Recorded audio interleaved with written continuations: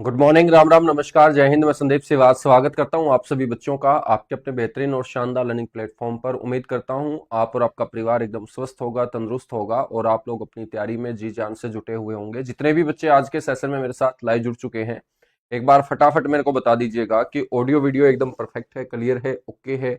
और बच्चों सब कुछ परफेक्ट है, ओके है। तो 3-4 दिन की छुट्टियों के बाद अब हम हरियाणा जीके की जो क्लास है वो लगातार मेरे दोस्त इसी समय पे किया करेंगे। और आप लोगों का जो सिलेबस है वो बहुत समय पे कंप्लीट होगा। आप लोगों को रिवीजन का भी टाइम मिलेगा और साथ के साथ जो हम करते चलेंगे तो उसकी प्रैक्टिस आप साथ के साथ ही करके चलें, ना कि मेरे दोस्त आप सिलेबस कंप्लीट होने का इंतजार करें। ठीक है? तो जितने भी प्यारे प्यारे बच्चे मेरे साथ जुड़ते जा रहे हैं, एक बार फटाफट मेरे को बता दीजिएगा ऑडियो वीडियो एकदम परफेक्ट है, क्लियर है, ओके है।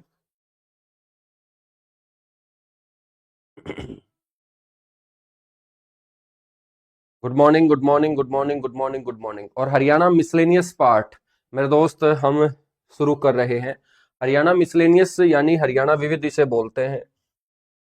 बच्चों 3 से 4 क्वेश्चन इस पार्ट से आपके एग्जाम में पूछे ही पूछे जाते हैं। और हरियाणा विविध के अंदर सबसे पहला जो टॉपिक हमने उठाया है, बड़ा इंटरेस्टिंग उठाया है।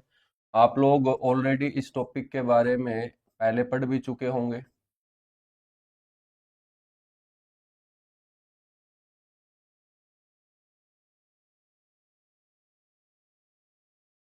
तो हम हरियाणा मिसलेनियस यानी हरियाणा विविध कंप्लीट करेंगे सबसे पहले।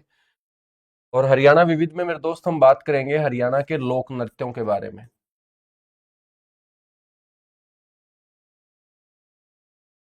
लोक नृत्य बच्चों जिसे हम बोलते हैं फोक डांस।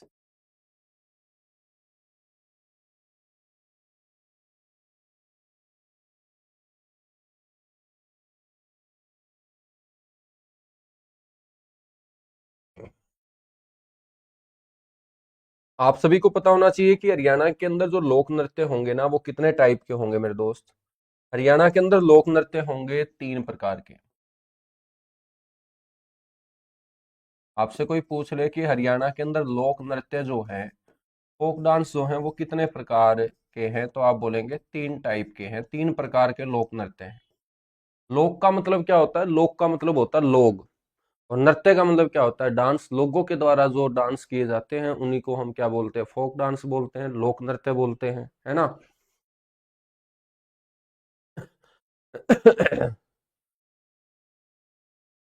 बेटा ये जो 3 टाइप है ये कौन कौन से हैं?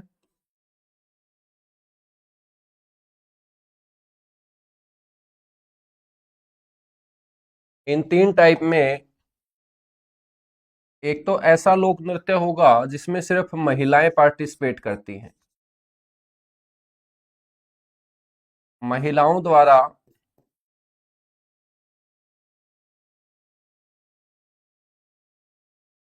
किए जाने वाले नृत्य।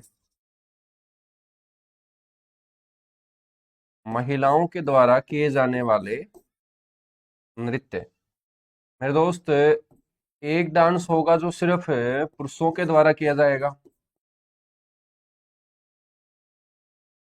पुरुषों के द्वारा किए जाने वाले नृत्य।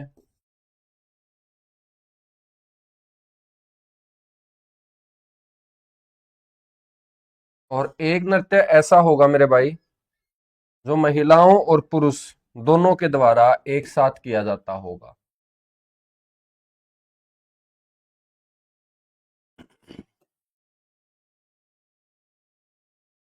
महिलाओं और पुरुष दोनों के द्वारा किया जाने वाला नृत्य। महिलाओं व पुरुष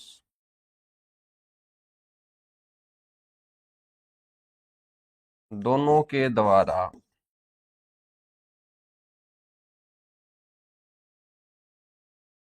किया जाने वाला नृत्य।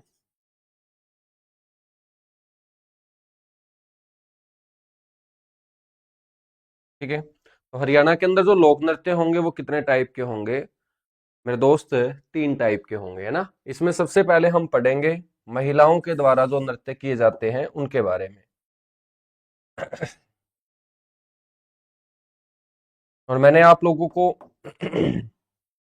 बताया बच्चों कि महिलाओं के द्वारा जो सबसे पहले इंपॉर्टेंट नृत्य किया जाता है उसको हम बोलते हैं लूर डांस, जिसको हम क्या बोलते हैं, लूर नृत्य बोलते हैं।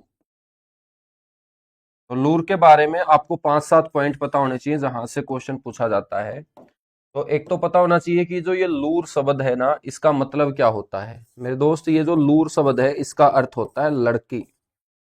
लूर जो शब्द है जिसका अर्थ क्या होता है दोस्त, लड़की होता है।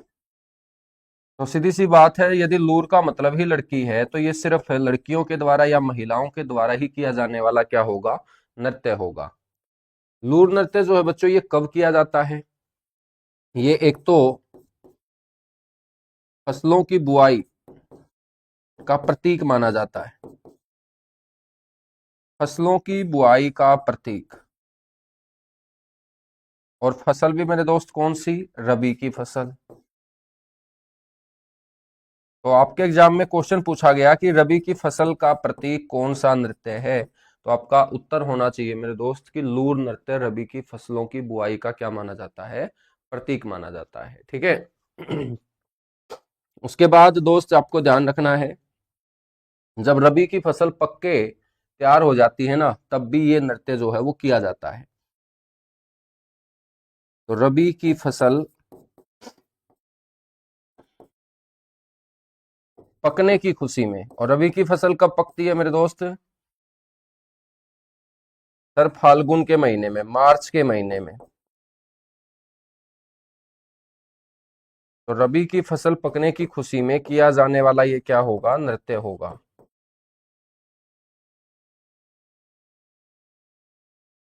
किया जाने वाला ये क्या होगा, नृत्य होगा। आपसे ये पूछ ले कि भाई ये कब किया जाता है,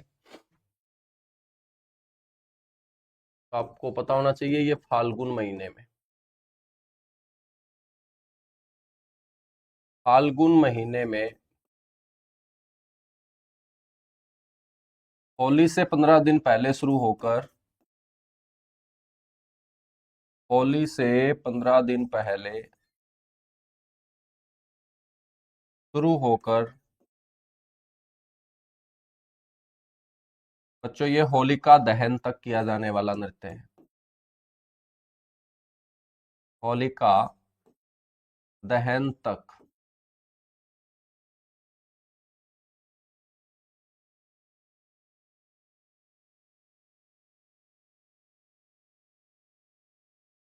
ये नृत्य मेरे दोस्त किया जाता है। ठीक है, तो आपसे क्वेश्चन पूछा जाएगा इस लैंग्वेज में कि होली से 15 दिन पहले कौन सा नृत्य शुरू होता है जो होलिका दहन तक चलता है, तो आप बोलेंगे लूर नृत्य है, उसे लूर डांस हम बोलते हैं। ठीक है बच्चों, आपको ध्यान रखना है कि लूर नृत्य में सिर्फ महिलाएं ही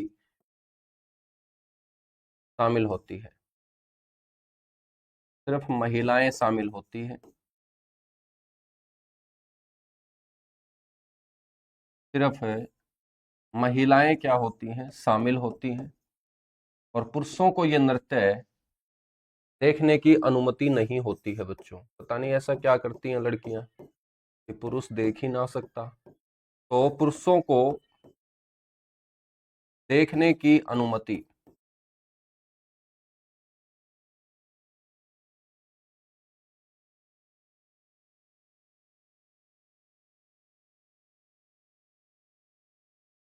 नहीं होती है।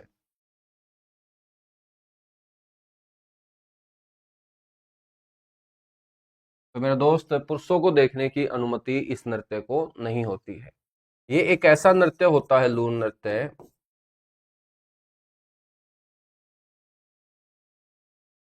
जिसमें मेरे दोस्त क्वेश्चन आंसर किए जाते हैं, प्रश्न उत्तर किए जाते हैं। तो महिलाएं दो लाइनों में खड़ी होकर आपस में एक दूसरे के ऊपर क्या करती है, क्वेश्चन और आंसर करती है। ठीक है, तो लूर नृत्य एक ऐसा नृत्य है जिसमें प्रश्न उत्तर किए जाते हैं, प्रश्न उत्तर किए जाते हैं। ठीक है बच्चों, तो सबसे इंपॉर्टेंट नृत्य है जो हरियाणा के एग्जाम में सबसे ज्यादा पूछा जाता है, लूर नृत्य।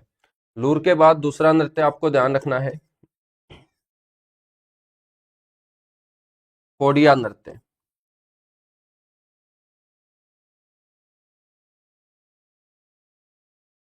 बच्चों खोड़िया आप सभी जानते होंगे कि लड़के के विवाह के अवसर पर महिलाओं के द्वारा बारात जाने के बाद जो नृत्य किया जाता है उसी को हम क्या बोलते हैं, खोड़िया नृत्य बोलते हैं। तो एक तो आपको ये पता होना चाहिए कि ये लड़के के विवाह के अवसर पे किया जाता है,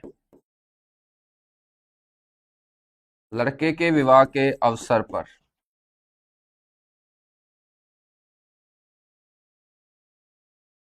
लड़के के विवाह के अवसर पर मेरे दोस्त ये नृत्य किया जाता है जिसे हम खोड़िया बोलेंगे, ठीक है।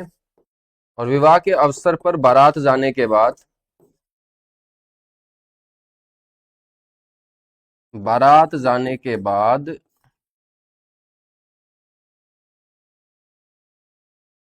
नई वधू के पहली बार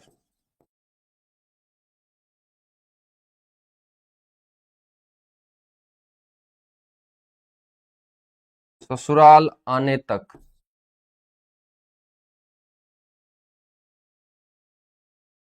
ठीक है बच्चों, महिलाओं के द्वारा यह नृत्य किया जाता है। महिलाओं के द्वारा ये नृत्य बच्चों किया जाता है, यानी कि बारात जाने के बाद जब वापस बारात आएगी दुल्हन लेकर बच्चों, तब तक आस पड़ोस की महिलाएं जो नृत्य करती है उसी को हम क्या बोलते हैं, खोड़िया नृत्य बोलते हैं। क्या बोलते हैं, खोड़िया नृत्य बोलते हैं, ठीक है। खोड़िया से पहले मेरे दोस्त क्या गाया जाता है, बोकड़ा गाया जाता है। तो आपको ये भी ध्यान रखना है कि खोड़िया नृत्य से पहले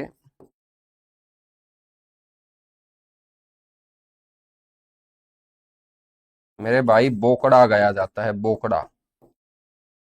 आप लोगों का हो चुका है क्या खोड़िया?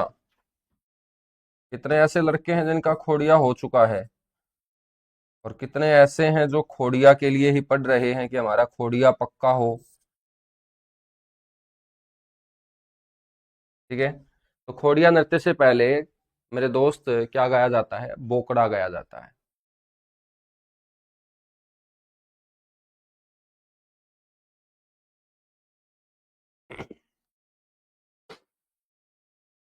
ठीक है, तो ये दो तीन पॉइंट आपको यहाँ पर ध्यान रखने हैं। खोड़िया नृत्य के बाद हम बात करेंगे तीसरा जो नृत्य होगा वो इससे मिलता जुलता है, लेकिन इससे अलग है बहुत बच्चों। उसका नाम है खेड़ा नृत्य। इसको हम खेड़ा नृत्य भी बोल देते हैं, या इसको हम खेड़ा नृत्य भी बोल देते हैं।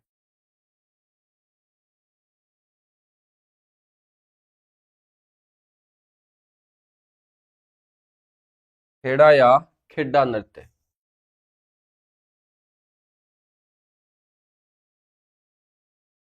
बच्चों खेड़ा या खेड़ा नृत्य बुजुर्ग की मृत्यु हो जाने के बाद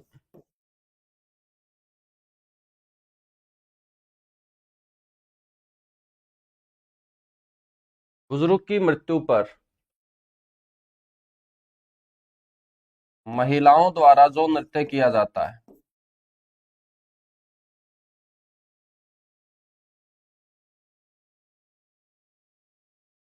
बच्चों उसी को हम खेड़ा या खेड़ा नृत्य बोलते हैं।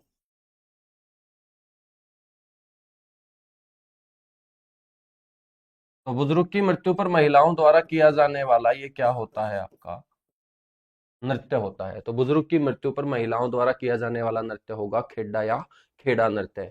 आपने देखा भी होगा कि जब गांव के अंदर एक बूढ़ा आदमी मेरे दोस्त गुजर जाता है जो हर तरीके से संपन्न था, खुश था, ठीक है। तो उसके घर वाले क्या करते हैं, उसका अंतिम संस्कार जब करते हैं तो उस समय जो महिलाएं हैं ना वो भजन वगैरह गाती है, रोने का काम नहीं करती बल्कि भजन वगैरह गाने का काम करती है, ठीक है। खड़ताल वगैरह बजा बजा के भजन वगैरह गाती है। तो बच्चों वो सारा का सारा जो आपका सिनेरियो होगा उसी को हम खेड्डा नृत्य बोलते हैं, ठीक है। और ये हरियाणा में सबसे ज्यादा कौन से क्षेत्र में प्रचलित है, बांगर क्षेत्र में ये सबसे ज्यादा प्रचलित है। हरियाणा के बांगर क्षेत्र में, बांगर क्षेत्र कौन सा होगा, जो हरियाणा का बीच वाला भाग होगा, या हम बोल सकते हैं हरियाणा के मध्य भाग में। हरियाणा के बांगर क्षेत्र में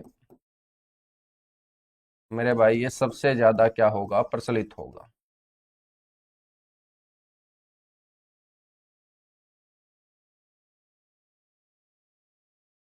ठीक है।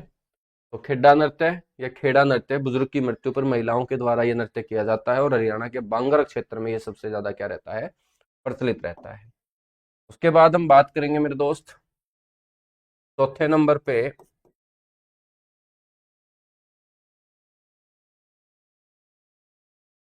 सांझी नृत्य। आप सभी को पता होगा कि जब लड़का या लड़की, चाहे लड़का हो या लड़की हो, जब बच्चों बांध बैठते हैं, ठीक है, विवाह के अवसर पे जब लड़का लड़की बांध बैठते हैं, तो बांध बैठने वाले दिन से ही बच्चों रात के समय आस पड़ोस की महिलाएं जो रात को गीत वगैरह गाती है, नाचती गाती है, उसे हम कौन सा नृत्य बोलेंगे, सांझी नृत्य बोलेंगे। तो ये भी विवाह के अवसर पर महिलाओं के द्वारा किया जाने वाला क्या होगा, नृत्य होगा। विवाह के अवसर पर महिलाओं द्वारा किया जाने वाला नृत्य।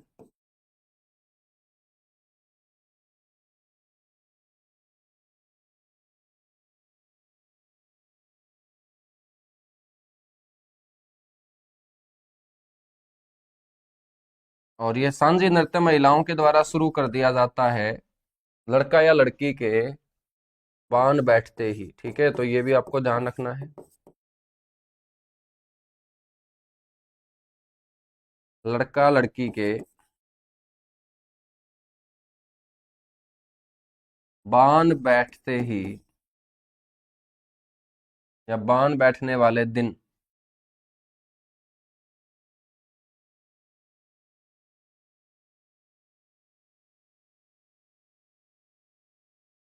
दिन से शुरू होकर शादी वाले दिन तक मेरे दोस्त ये किया जाता है।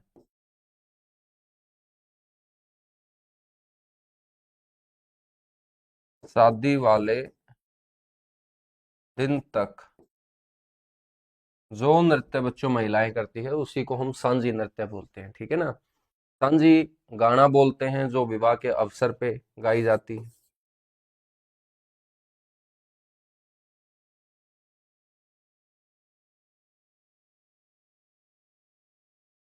सांझी जो है ये महिलाओं द्वारा गाई जाती है।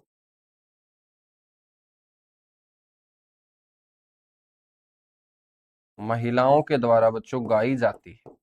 तो एक सांझी गाई जाती है और एक सांझी बनाई जाती है, ये भी याद रखना। ठीक है। तो यहाँ पर नोट करके आपको एक क्वेश्चन और मैं बता देता हूँ। एक तो आपसे पूछा जाएगा कि सांझी किस अवसर पे गाई जाती है, तो आप बोलेंगे विवाह के अवसर पे। एक आपसे पूछा जाएगा सांझी जो बनाई जाती है वो किसके लिए बनाई जाती है, तो मैंने आपको बताया कि सांझी गाई भी जाती है और सांझी बनाई जाती है।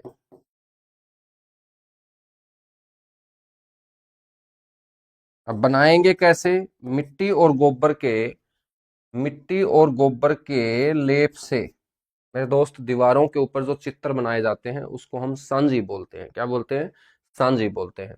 और सांझी बनाई जाती है बालिकाओं की मंगल कामना के लिए।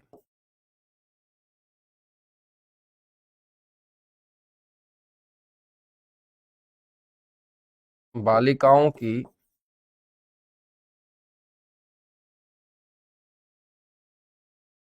मंगल कामना हेतु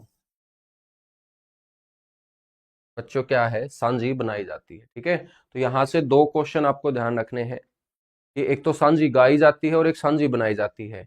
आपसे ये भी पूछा जा सकता है कि सांझी जो है ना वो किससे बनाई जाती है, तो आप बोलेंगे कि गोबर और मिट्टी के लेप से जो दीवारों के ऊपर महिलाएं बालिकाओं की मंगल कामना के लिए चित्र बनाकर बच्चों प्रस्तुत करती है, उसी को हम बोलते हैं सांझी बनाना। और एक सांझी गाई जाती है वो विवाह के अवसर पे, चाहे वो लड़के का विवाह हो या लड़की का विवाह हो, दोनों जब बांध बैठ जाएंगे तो उस रात से ये शुरू होकर शादी वाले दिन तक बच्चों सांझी जो है ना वो गाई जाती है, और उस दौरान जो नृत्य किया जाता है उसी को हम सांझी नृत्य बोलते हैं। ठीक है।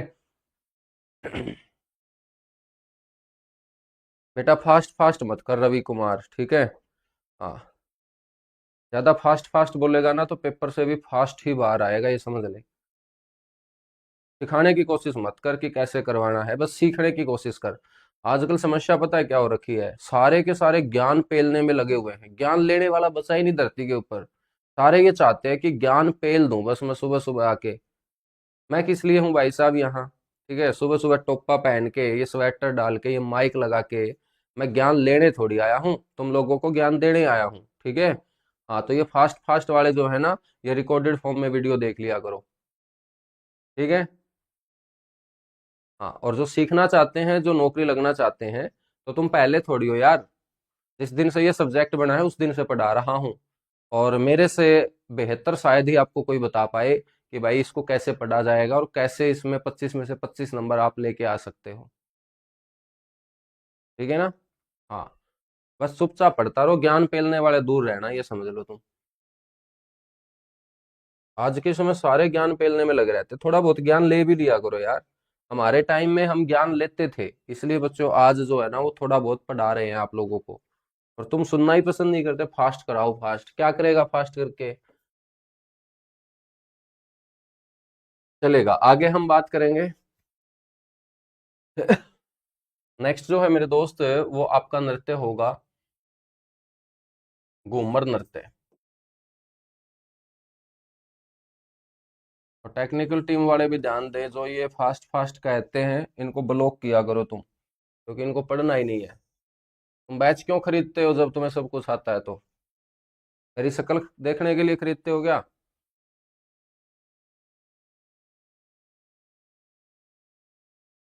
जब तुम्हें सब कुछ आता है, जब तुम्हें सारा चीज फास्ट फास्ट चाहिए, तो बेटा कोई मार्केट की किताब लेके पढ़ ले बस। तू क्यों पैसा खराब कर रहा है बैच लेके?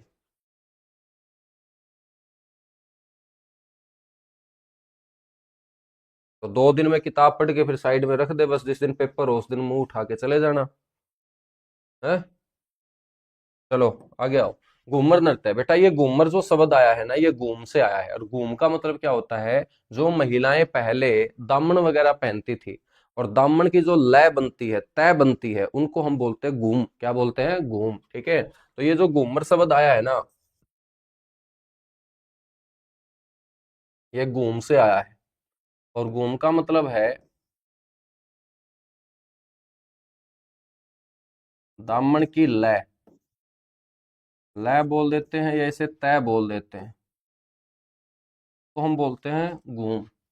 तो दामन कौन पहनती है? महिलाएं पहनती है बच्चों, पुरुष तो आप लोगों ने नहीं पहने देखे होंगे, तो सीधी सी बात है ये महिलाओं के द्वारा ही किया जाने वाला नृत्य होगा, ठीक है। तो ध्यान रखना है, महिलाओं द्वारा।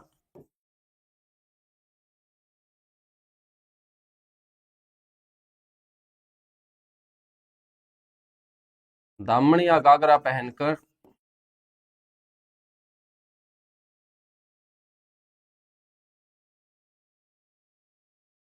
महिलाओं द्वारा दामन या गागरा पहनकर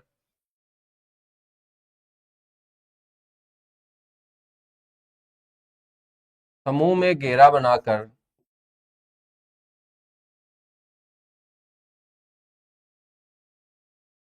समूह में घेरा बनाकर किया जाने वाला जो नृत्य होगा,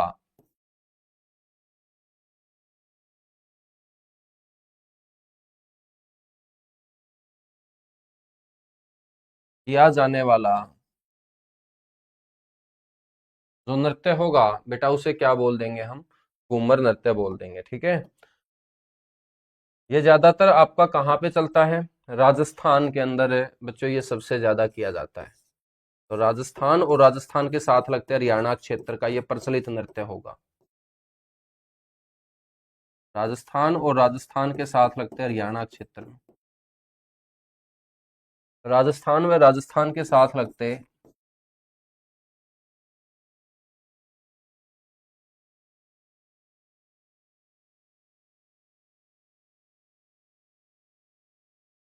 हरियाणा क्षेत्र में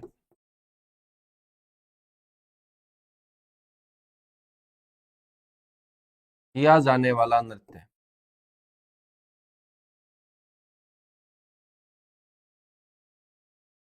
मेरे दोस्त घूमर नृत्य होगा, ठीक है। घूमर से मिलता जुलता एक नृत्य और है जिसे हम बोलते हैं झूमर।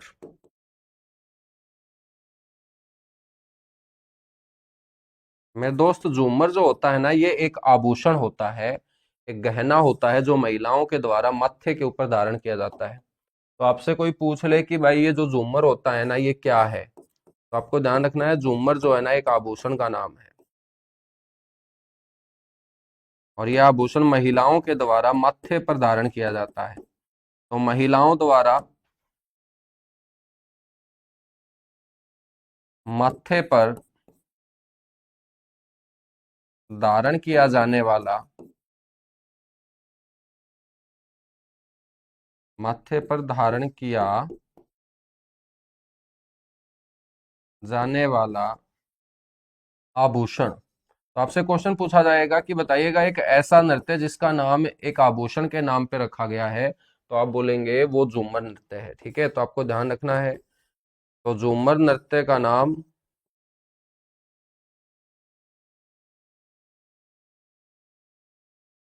मेरे दोस्त आभूषण के नाम पर है, जो महिलाएं माथे पर धारण करती हैं।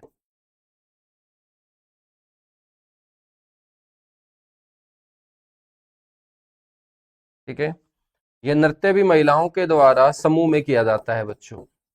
जैसे घूमर किया जाता है, ऐसे ही झूमर किया जाता है। तो महिलाओं द्वारा समूह में किया जाने वाला नृत्य।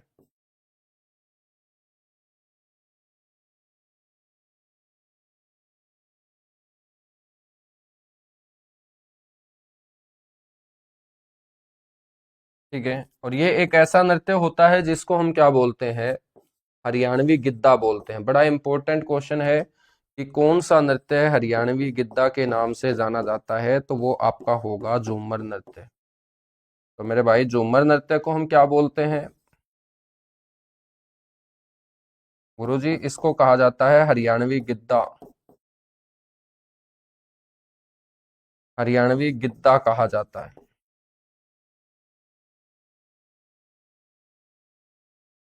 ठीक है, तो ये आप लोगों को ध्यान रखना है, झूमर नृत्य को हम क्या बोलते हैं मेरे दोस्त,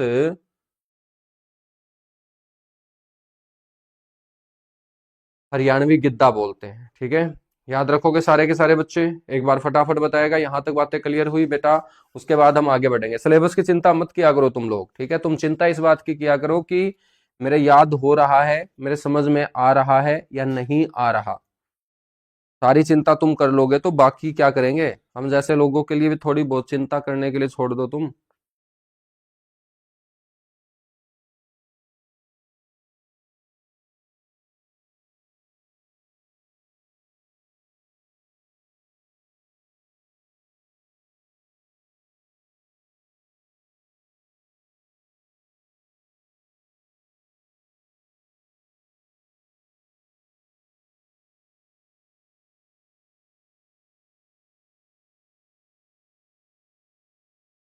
चलेगा, इसके बाद आगे बढ़े फिर।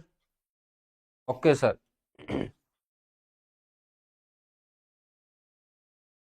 सब क्लियर है, चलिएगा आगे बढ़ेंगे फिर। बेटा, झूमर नृत्य के बाद नेक्स्ट आपको ध्यान रखना है फाग नृत्य। फाग नृत्य एक ऐसा नृत्य है जहां पर पुरुष और महिलाएं, बच्चों, दोनों के दोनों इस नृत्य में भाग लेते हैं। और आपको पता होगा कि ये कौन से महीने में, फाल्गुन महीने में। ठीक है, तो होली के अगले दिन फाग नृत्य कब किया जाएगा? होली के अगले दिन किया जाएगा।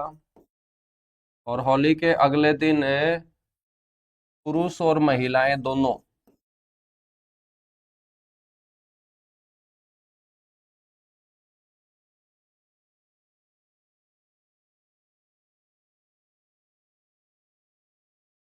दोनों के द्वारा एक साथ किया जाने वाला ये नृत्य है।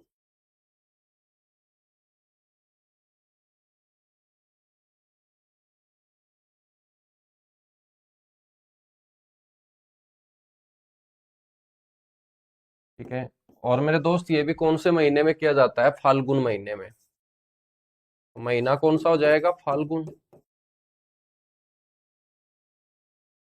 फाल्गुन महीने में, याद रखिएगा, ये फाल्गुन महीने में किया जाता है।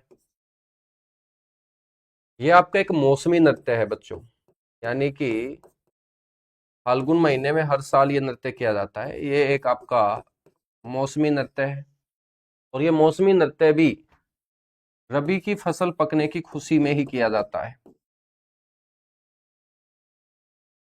क्योंकि रबी की फसल पक के तैयार हो चुकी होती है, जिसमें हमारी सबसे मुख्य फसल है गेहूं। और गेहूं जो रबी की फसल है, जब वो पक के तैयार हो जाती है तो सारे किसान बड़े खुश होते हैं।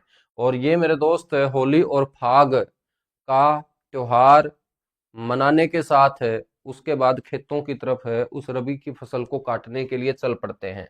तो ये भी रबी की फसल है, पकने की खुशी में किया जाता है।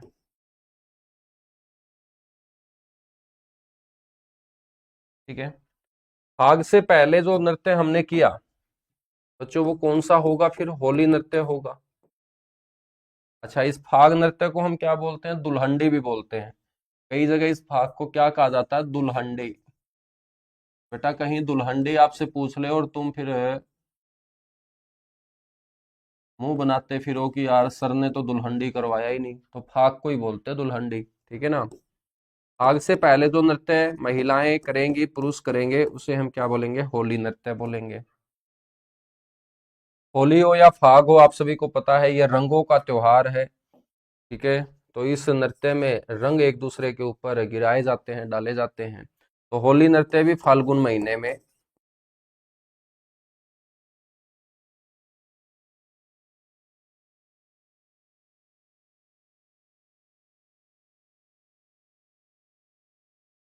पुरुष व महिलाओं द्वारा किया जाने वाला नृत्य होगा।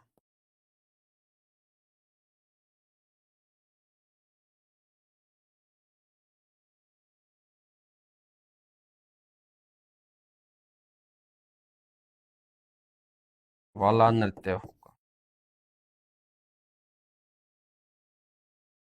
ठीक है बच्चों, होली नृत्य के बाद आपको नेक्स्ट ध्यान रखना है तीज नृत्य। ये सिर्फ महिलाओं के द्वारा किया जाएगा, तीज नृत्य। ये भी आपका एक मौसमी नृत्य है। तो आप लोगों को पता होगा तीज आती है कौन से महीने में दोस्त? सावन के महीने में। लड़कियों को सब कुछ पता है। तो सावन के महीने में ये किया जाता है।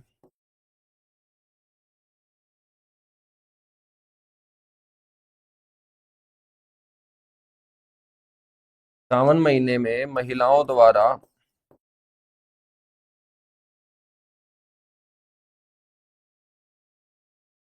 किया जाने वाला नृत्य होगा बच्चों, तीज नृत्य। आपसे कोई ये भी पूछ ले कि भाई ये जो तीज नाम आया है ये कहाँ से आया है? बच्चों, जब मानसून आता है सावन के महीने में और बारिश की जब बूंदे मिट्टी में गिरती है, तो मिट्टी से एक लाल रंग का कीट, यानी जिसे कीड़ा बोलते हैं बच्चों, वो निकलना शुरू हो जाता है। और वो जो कीट होता है ना, वो लाल रंग का होता है। और लाल रंग के उस कीट को हम क्या बोलते हैं? तीज बोलते हैं। तो आपको पता होना चाहिए कि लाल रंग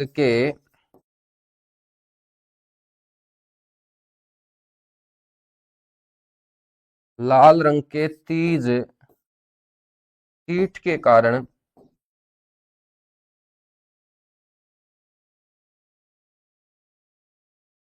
बच्चों इसका नाम है तीज नृत्य। और तीज नृत्य के दौरान महिलाएं जो है वो नए नए कपड़े धारण करके झूला झूलती हैं और गीत गाती हैं। उसी को हम क्या बोलते हैं? तीज नृत्य बोल देते हैं। ठीक है।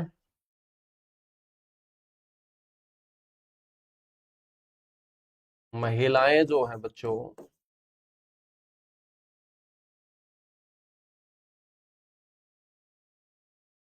झूला झूलते हुए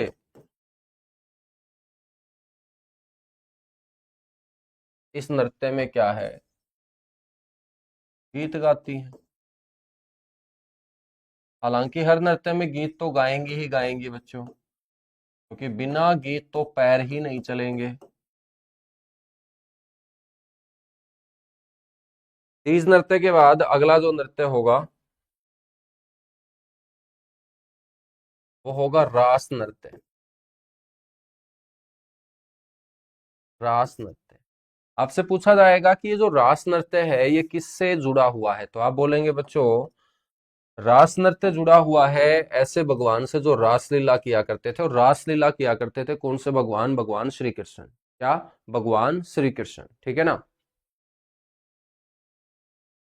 सर जी सिलेबस कब खत्म होगा? बेटा मोबाइल बंद करके आराम कर ले, आज ही खत्म हो गया, ठीक है। तो ये सिलेबस सिलेबस वाले जो दो तीन खतरनाक धुरंधर पूछ रहे हैं ना, तो इसका मतलब बेटा तुम्हें पढ़ने की आदत ही नहीं है, तुम वैसे गलत सिस्टम में घुसाए हो।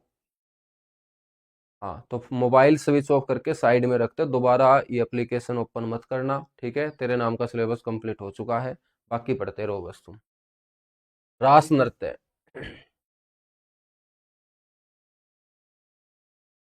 रास नृत्य बच्चों किससे जुड़ा होगा? भगवान श्री कृष्ण से।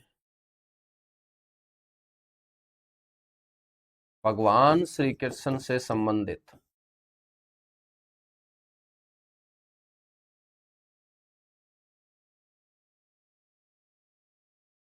भगवान श्री कृष्ण से संबंधित नृत्य है मेरे दोस्त, कौन सा? रास नृत्य, ठीक है ना। रास नृत्य। हाँ, तो आप लोग है ना बेटा, सिलेबस सिलेबस मत किया करो तुम लोग। जिन परिवारों से आते हो, ठीक है, उन्हीं परिवारों से मैं आता हूँ, और मेरे को पता है कि सरकारी नौकरी की वैल्यू हमारे घरों में कितनी है, बहुत ज्यादा है। सारी की सारी चीजें अपने घरों के अंदर सरकारी नौकरी के आसपास घूमती है। चाहे हम सुख की बात करें, चाहे हम बच्चों खुशी की बात करें, ठीक है। तो जब सरकारी नौकरी लगती है ना, तो उस घर में एक अलग ही माहौल बन जाता है, ठीक है। तो बेटा जब सरकारी नौकरी आपको लगना हो ना, तो इन बातों से आपको हटना पड़ेगा। सिलेबस कम हो कब होगा, कितना पढ़ना होगा, मेरा टाइम मैनेजमेंट बना दो, ये चीजें जो है ना, ये बच्चों की होती है, ठीक है। आपका सिलेबस तब तक कंप्लीट नहीं होगा जब तक तुम नौकरी नहीं लग जाते, ठीक है। ये पढ़ाई तुम्हें पढ़नी ही पड़ेगी जब तक आप लोग कामयाब नहीं हो जाते। तो जो नए बच्चे हैं जो सिलेबस सिलेबस चिल्ला रहे हैं, तुम आलसी मत बनो, तुम डरो मत, ठीक है। तुम बस पीछे पीछे आते रहो, जितना मैं पढ़ाता रहूं तुम पढ़ते रहो। सिलेबस तो मेरे बच्चों आज तक मेरे से ही कंप्लीट नहीं हुआ, तो तुम कैसे कंप्लीट कर लोगे? नए नए क्वेश्चन आज पेपरों में आने स्टार्ट हो चुके हैं, मुश्किल मुश्किल क्वेश्चन पेपरों में आते हैं, ठीक है। और उन 100 क्वेश्चनों को ठीक करने के लिए पूरी जिंदगी अब तक हमने क्या है, पढ़ाई ही तो की है। किसके लिए? जो पेपर में 100 क्वेश्चन आएंगे, उनमें हमें ज्यादा से ज्यादा ठीक करने हैं, इसके लिए ही तो पढ़े हैं हम जिंदगी में। तो भगवान श्री कृष्ण से संबंधित नृत्य होगा रास नृत्य। ये कौन से क्षेत्र में प्रसिद्ध है? ब्रिज भाषा वाले क्षेत्र में। ब्रिज भाषा वाले क्षेत्रों में प्रचलित है मेरे दोस्त। ये ब्रिज भाषा वाला क्षेत्र हरियाणा में कौन सा होगा, जहां पर ब्रिज बोली मेरे दोस्त बोली जाती होगी? और हरियाणा में ब्रिज बोली वाला क्षेत्र कौन सा है? जैसे फरीदाबाद है, फरीदाबाद के साथ बल्लभगढ़ है, बल्लभगढ़ के साथ है बच्चों लगता पलवल है, होडल है, ठीक है ना। तो ये ब्रिज भाषा वाला क्षेत्र है जहां पर रास नृत्य भगवान श्री कृष्ण से संबंधित सबसे ज्यादा प्रचलित है। रास नृत्य जो होता है ना, ये दो प्रकार का होता है। आपसे कोई पूछ ले कि रास नृत्य कितने प्रकार का होगा बेटा, तो आप बोलेंगे दो प्रकार का होगा। सर ये दो प्रकार का कैसे होगा? एक रास नृत्य में तो पुरुष पार्टिसिपेट करेंगे। ये एक रास नृत्य जो होता है,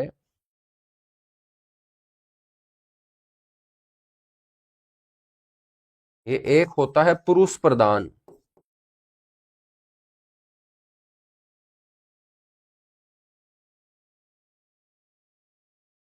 एक तो होगा मेरे भाई पुरुष प्रधान रास नृत्य, और एक होगा स्त्री प्रधान, जिसमें महिलाएं ज्यादा होंगी। अब आपसे ये पूछा जाएगा कि पुरुष प्रधान जो रास नृत्य होता है ना, उसे हम क्या बोलेंगे, और स्त्री प्रधान को हम क्या बोलेंगे? तो आपको पता होगा कि पुरुष मेरे दोस्त क्या करते हैं गुरुजी, पुरुष करते हैं तांडव।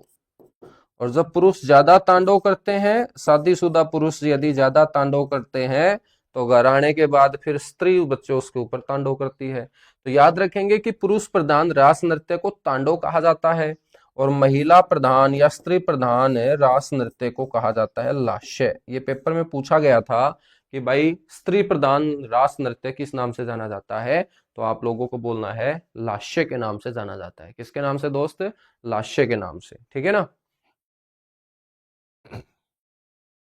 बेटा हिंदी इंग्लिश नहीं आता है हरियाणा पुलिस के अंदर, ठीक है, तो हिंदी इंग्लिश की क्लास आपकी नहीं होगी। समझ में आई बात? हाँ, तो नोटिफिकेशन आपने शायद पढ़ा नहीं है ना, उसको पढ़ लीजिएगा, उसके अंदर हिंदी इंग्लिश नहीं है मेंशन। तो रास नृत्य में आप लोगों को ये ध्यान रखना है। रास नृत्य के बाद बेटा बात करेंगे नेक्स्ट, कीजिएगा एक बार फटाफट नोट करो, नोट करने के बाद डन लिखो। मिल जाएंगे मॉक टेस्ट वगैरह, सारी की सारी चीजें आप लोगों को मिल जाएगी दोस्त, ठीक है ना। और 3 साढ़े 3 महीने का हम टारगेट लेके जो चले हैं ना, तो उस टारगेट को हम बच्चों समय पे कंप्लीट कर लेंगे अपना, ठीक है, तुम टेंशन मत लीजिएगा। हाँ, अब आप लोगों को मैं पीपीटी के माध्यम से भी चीजें कवर कराऊंगा, जैसे आभूषण है, ठीक है, वेशभूषा है, तो वो पीपीटी से हमें अच्छे से समझ में आएंगे कि झुमका नामक आभूषण में आपको फोटो दिखा दूंगा, उससे संबंधित जो एक दो बातें हैं वो पीपीटी पर हम काम कर लेंगे, तो समय भी बच जाएगा हमारा। और मिसलेनियस पार्ट हम मैक्सिमम पीपीटी से ही कवर करेंगे, ताकि 5 7 10 दिन के अंदर हम मिसलेनियस पार्ट को कंप्लीट कर लें, ठीक है। कंटेंट आपको भरपूर मिलेगा, कंटेंट में कोई कटौती नहीं होगी, क्योंकि आप लोगों के लिए हम लगे हुए हैं, क्योंकि कल को आप लोग नौकरी लगोगे तो बच्चों वो क्रेडिट आप लोग हमें ही तो दोगे, तो हम नहीं चाहते कि हमारा बच्चा जो है वो पिछड़े, ठीक है। हम ये चाहते हैं कि सबसे सुपर सबसे ऊपर मेरे दोस्त अपना ही बच्चा हो। एक एक क्वेश्चन आप लोगों को कवर कराएंगे, ठीक है। तुम जल्दबाजी मत किया करो, जितना आज काम करवाया जाता है उसको पक्का करते चलो बस।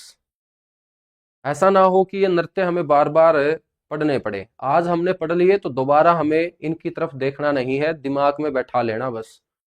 अगला जो नृत्य है वो याद रखना है डफ नृत्य, या डफ से पहले बता देता हूं दमाल। दमाल कौन करते हैं बेटा? पुरुष करते हैं दमाल। तो अगला जो नृत्य होगा वो पढ़ेंगे दमाल नृत्य।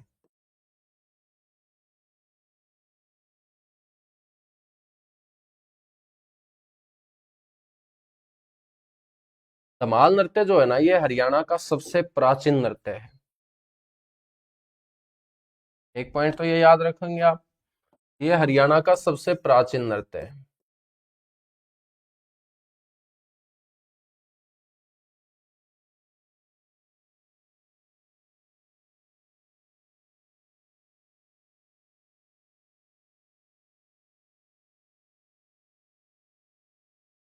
ये हरियाणा का सबसे प्राचीन नृत्य है। प्राचीन है तो कितना पुराना है बेटा? महाभारत काल से ये चलता आ रहा है। महाभारत काल से चलता आ रहा नृत्य है। अब महाभारत काल से ही क्यों चलता आ रहा है ये? क्योंकि महाभारत काल में सबसे पहले बच्चों कृषि परंपरा की शुरुआत हुई हरियाणा से। तो महाभारत काल से ही हरियाणा में कृषि परंपरा की शुरुआत मानी जाती है। और कृषि परंपरा की शुरुआत मानी जाती है तो बच्चों ये जो नृत्य है ना, दमाल नृत्य है, ये किसानों से जुड़ा हुआ नृत्य है, तो ध्यान रखना है, कृषि व किसान से संबंधित नृत्य है ये।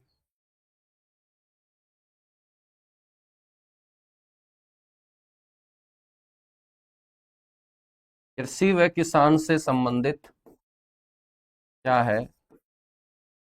नृत्य है, ठीक है। तो किसान मेरे दोस्त जब अपनी फसलों को बहुत अच्छे से खेतों के अंदर देखते हैं, तो किसानों के चेहरे पे खुशी तो आएगी, और जो नृत्य किए जाते हैं वो ज्यादातर खुशी में ही किए जाते हैं, ठीक है ना।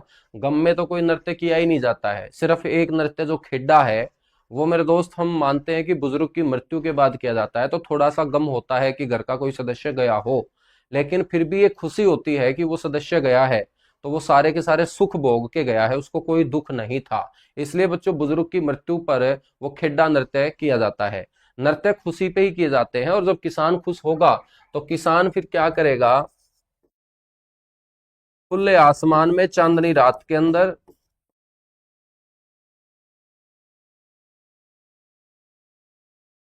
खुले आसमान में चांदनी रात में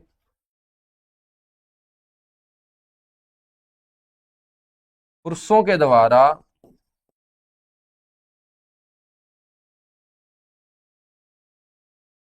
ब्रह्मा विष्णु महेश भगवान की मूर्तियां हाथों में लेकर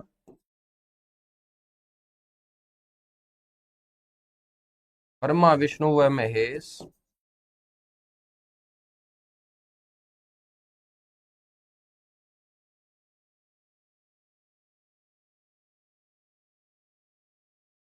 भगवानों की जो मूर्तियां हैं,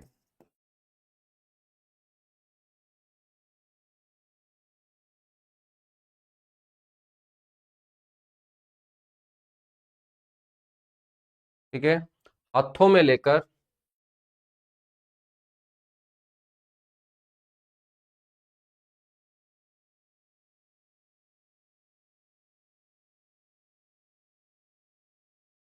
डफ ढोल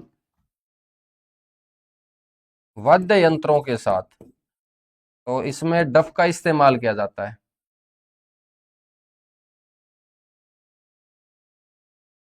ये नृत्य किया जाता है बच्चों। तो खुले आसमान में चांदनी रात में किसान नाचते हैं, ब्रह्मा विष्णु महेश भगवान की मूर्तियां अपने हाथों में लेकर। और इस नृत्य में जिन वाद्य यंत्रों का, बच्चों बजाने वाले यंत्रों का यूज किया जाता है वो डफ और ढोल होता है। ठीक है, इस प्रकार का जो नृत्य है वो आपको कौन से क्षेत्रों में ज्यादा देखने को मिलेगा? तो ये झज्जर, महेंद्रगढ़ और गुड़गांव के इलाकों में ज्यादा प्रचलित बच्चों नजर आएगा। ठीक है, तो ये सबसे ज्यादा जो प्रचलित है धमाल नृत्य है।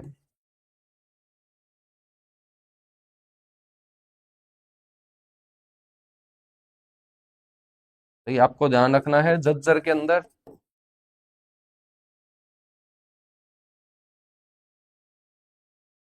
महेंद्रगढ़ के अंदर, झज्जर, महेंद्रगढ़ व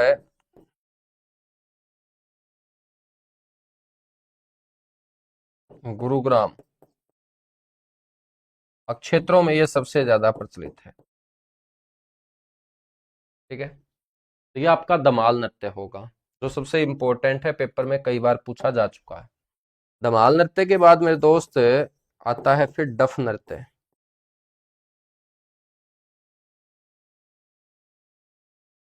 क्या आता है? डफ नृत्य। डफ जो है ना एक वाद्य यंत्र का नाम है। और बच्चों डफ नामक वाद्य यंत्र इस नृत्य में पुरुषों के द्वारा यूज किया जाता है, इसीलिए इसे हम क्या बोलते हैं? डफ नृत्य। तो ध्यान रखेंगे, पुरुषों द्वारा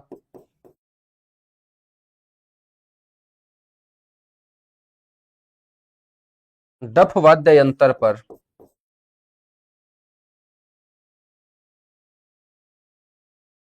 पुरुषों के द्वारा डफ वाद्य यंत्र की सहायता से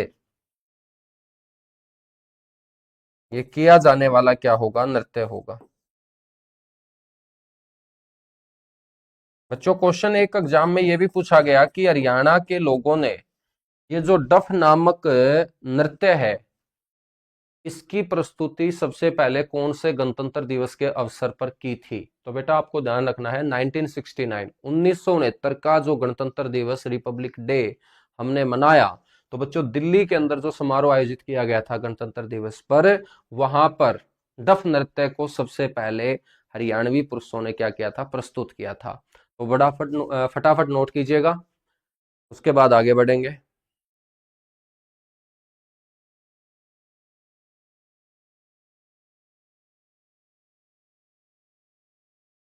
सर जी संडे को वीकली टेस्ट लेके आओ। बिल्कुल बेटा, संडे को वीकली टेस्ट होता है, संडे को वीकली टेस्ट होता है।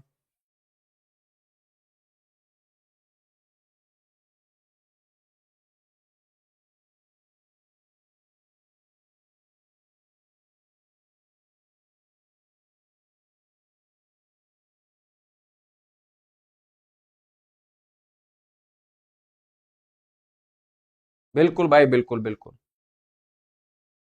चलेगा। यहां से क्वेश्चन ये भी पूछा जाता है कि डफ नृत्य की प्रस्तुति सबसे पहले कौन से गणतंत्र दिवस के अवसर पर की गई थी? तो ध्यान रखना है बच्चों, डफ नृत्य की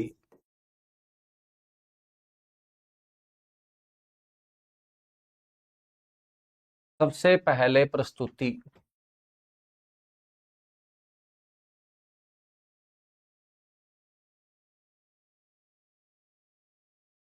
डफ नृत्य की सबसे पहले जो प्रस्तुति है वो वर्ष 1969 के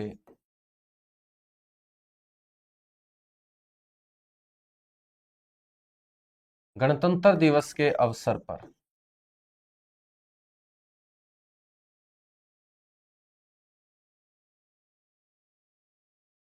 ठीक है, तो डफ नृत्य की प्रस्तुति सबसे पहले बेटा 1969 के गणतंत्र दिवस के अवसर पर की गई थी। बड़ा इंपॉर्टेंट क्वेश्चन होगा ये।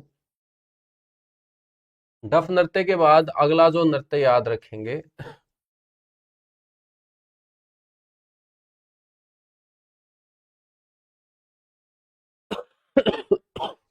वो है रतवाई नृत्य।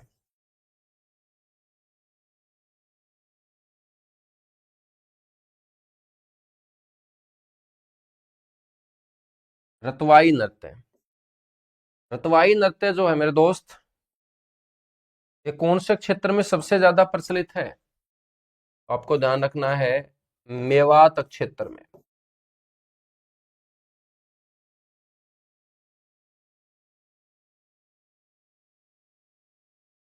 मेवात क्षेत्र में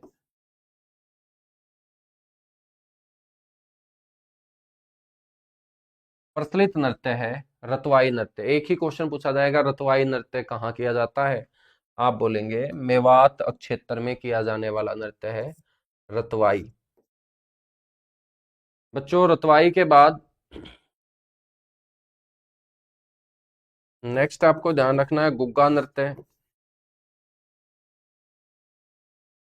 कौन सा नृत्य? गुग्गा नृत्य। तो आपको पता होना चाहिए कि गुग्गा नृत्य जो है मेरे दोस्त, वो कब किया जाता है? भाद्रपद महीने में।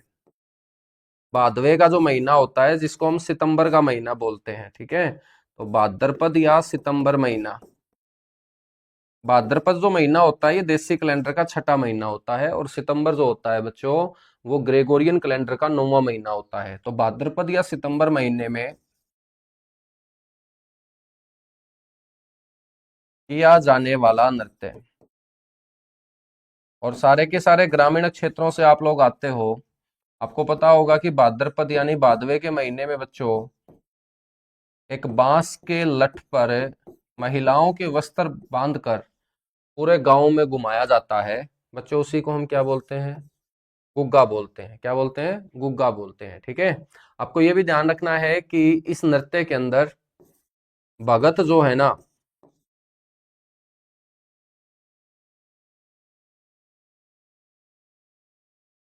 बच्चों वो शवम को लोहे की जंजीरों से पीटते हुए चलते हैं। शवम को जंजीरों से क्या है? पीटते हैं। जंजीरों से क्या है? पीटते हैं।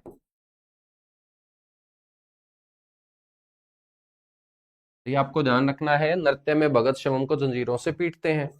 गुग्गा नृत्य के अंदर कौन सा वाद्य यंत्र बजाया जाता है? तो डेरू। तो आपसे क्वेश्चन ये भी पूछेगा कि इस नृत्य के अंदर कौन सा यंत्र का प्रयोग किया जाता है? तो इस नृत्य में डेरू नामक वाद्य यंत्र,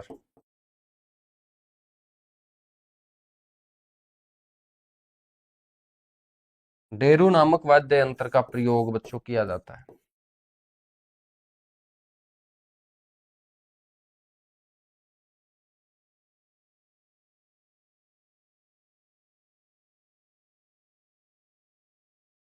ठीक है, याद रखना है इस नृत्य के अंदर डेरू नामक वाद्य यंत्र का क्या किया जाता है मेरे दोस्त? प्रयोग किया जाता है। ठीक है, गुग्गा नृत्य के बाद आपको ध्यान रखना है डमरू नृत्य। अब डमरू जो है मेरे दोस्त वो किसका प्रतीक है? भगवान भोलेनाथ का, भगवान शिव का। तो सीधी सी बात है कि डमरू नृत्य कब किया जाएगा? शिवरात्रि के अवसर पे।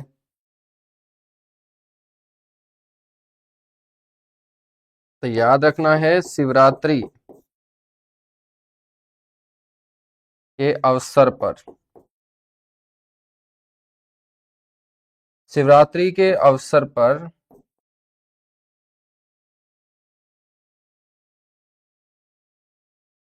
किया जाने वाला नृत्य है मेरे दोस्त। कौन सा नृत्य है?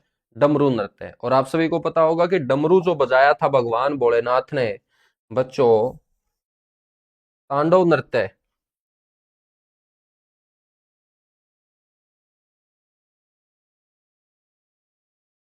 तो तांडव नृत्य के दौरान भगवान शिव ने क्या बजाया था? डमरू ही तो बजाया था।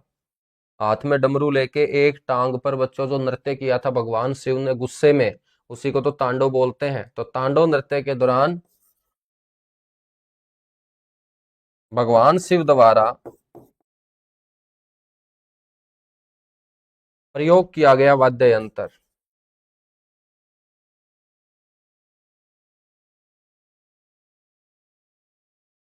ठीक है, क्या था बेटा? वो डमरू ही था। ठीक है। इसके बाद एक नृत्य आपको ध्यान रखना है, गणगौर। सारे के सारे नृत्य ही लपेट दिए हैं हमने, तुम्हें कोई किताब उठाने की जरूरत ही नहीं है, सारे के सारे नृत्य यहाँ पर अपने कंप्लीट होंगे, है ना। गणगौर नृत्य।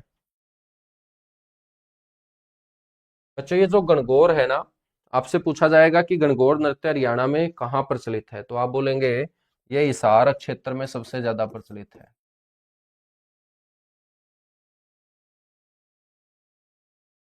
या तो ये हर जगह जाता है, राजस्थान में ज्यादा किया जाता है ये, लेकिन हिसार में ये हरियाणा के अंदर सबसे ज्यादा क्या होगा, प्रचलित होगा। हिसार के लोग ज्यादा मेरे दोस्त इस नृत्य को करके खुश होते हैं, जिसको हम गणगौर बोलते हैं। और ये जो गणगौर नृत्य आप लोग पढ़ रहे हो, इसमें इस गौर को गौर से देखेंगे तो ये गौरी है। गौरी का मतलब पार्वती है। और पार्वती तो बच्चों जानते होंगे, माता पार्वती भगवान शिव की पत्नी, है ना। और जो ये गण है, गण, गण कौन है बेटा? गण है यहाँ पर भगवान शिव, क्योंकि जहां पर पार्वती होंगी वहीं पर भगवान शिव होंगे, साथ साथ रहेंगे, है ना। तो बच्चों गणगौर जो नृत्य है, ये नृत्य शिव और पार्वती के सम्मान का प्रतीक है। शिव और पार्वती को खुश करने के लिए जो है ना, इस नृत्य को लोग करते हैं। तो शिव पार्वती के सम्मान का ये क्या होगा?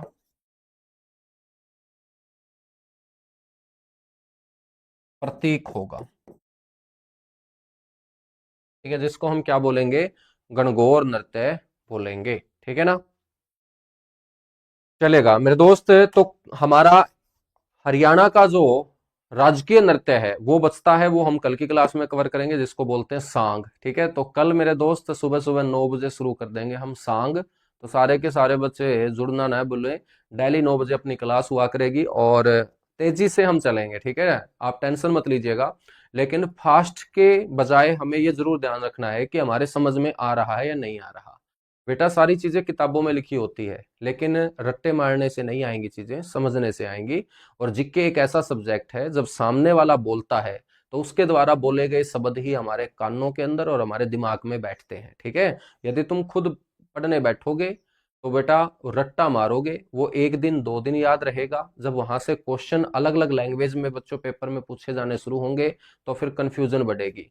और इन्हीं को दूर करने के लिए जो है ना, वो कोचिंग ली जाती है, पैच खरीदे जाते हैं। ठीक है, तो हमें फास्ट फास्ट ना चलकर हमें इस तरीके से चलना है कि एक बार ही हमें पढ़ना पड़े, बार बार उसको मेरे दोस्त ना पढ़ना पड़े।